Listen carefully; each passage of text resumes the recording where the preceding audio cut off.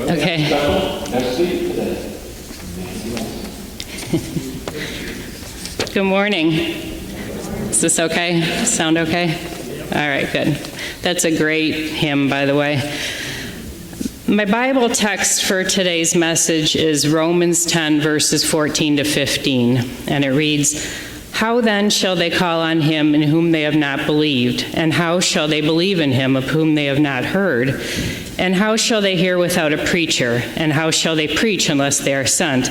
As it is written, how beautiful are the feet of those who preach the gospel of peace, who bring glad tidings of good things." We can always use glad tidings of good things and a gospel of peace in this world. When Pastor asked me if I wanted to give the message once before he left, I almost said no because I couldn't think of anything new to say. But the Bible tells us to always be prepared to give an answer for our faith. And I'm not really one of those people who dreads public speaking, although I shake the whole time, so that's just normal. So I thought, why not? What a great opportunity, really, to speak about the essence of our faith and to frame it in a way to talk about our favorite truths that we have learned from Pastor Bill Stair in his time here. So in a way, this is an early retirement message, but for me, it's truly the essence of our faith summed up into three teachings. It's founded on the gospel of peace. It is God meeting us where we're at. And number three, it's about us meeting others where they are at with the good tidings, the gospel. So I asked my family for help with this question. What's something you learned from the ministry of Pastor Stair?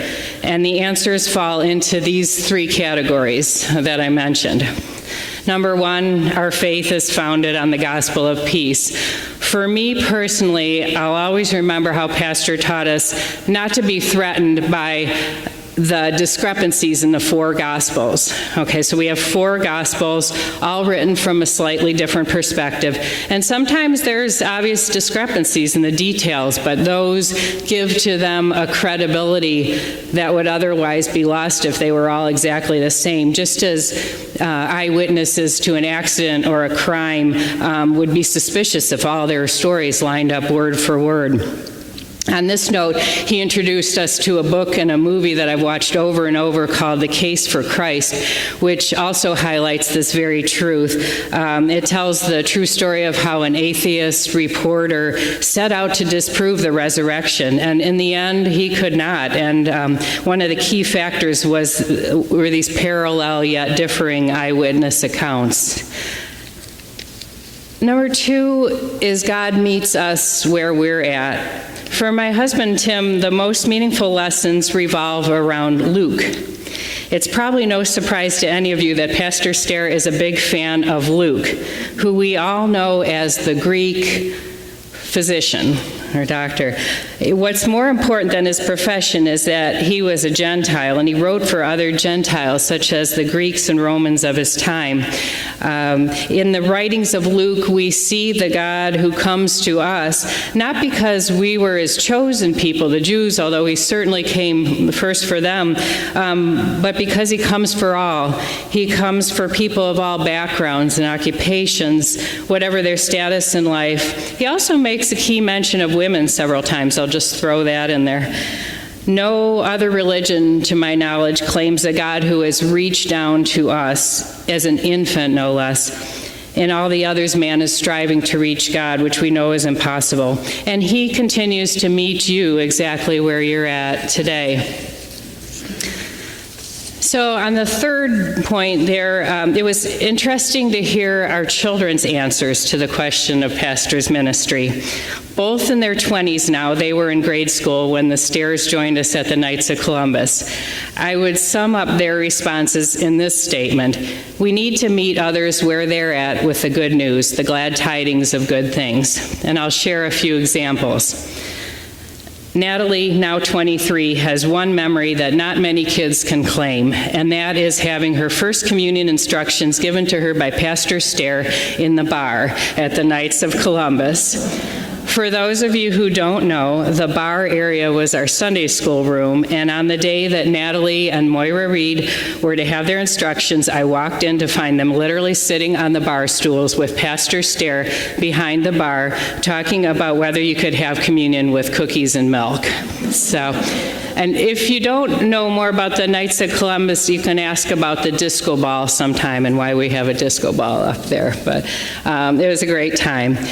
So fast forward to a few years later, and she goes on to say, and I quote, "Also, if I can include Lola in this, there were some very memorable conversations from my confirmation lessons that I can think of. She really helped me see learning biblical stories as interesting, engaging history lessons we can still connect to today, like discussing recent archaeological findings of Noah's Ark, or by getting us involved in hosting a traditional Seder for the congregation. So, Bill and Lola, you both met the kids where they were at, figuratively and literally." Will is 27 now, William, and these are his observations, and I quote again, "I think one thing I appreciated about Bill was that he always made Nat and I feel appreciated for our involvement, with the implicit understanding that our youth church experience was anything but conventional." So Riley and Jasmine, you can probably relate to this a little bit, being, in a church with fewer kids.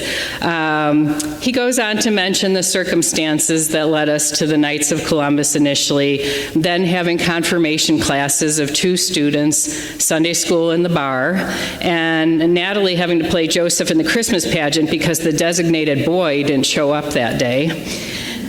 And I quote again from him, "Whether it was reading, being an acolyte, me playing trumpet, Natalie getting involved with AV tech or PowerPoint, Bill was always encouraging of helping find ways to plug us into the church and showed a general warmth and appreciation for it. I think in a time where churches are struggling to attract younger members, that kind of support goes a long ways in making people feel like they belong and welcome in a community centered around Christ." If you'd like something funny, Bill did run a red light leaving the parking lot of Lowe's on our way to Camp Luther Rock one summer.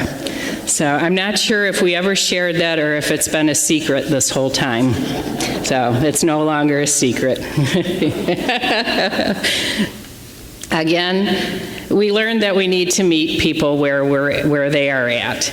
It may be a much different place for a child or for a senior citizen, and sometimes it takes us out of our comfort zone. But he is always there to help us if we ask.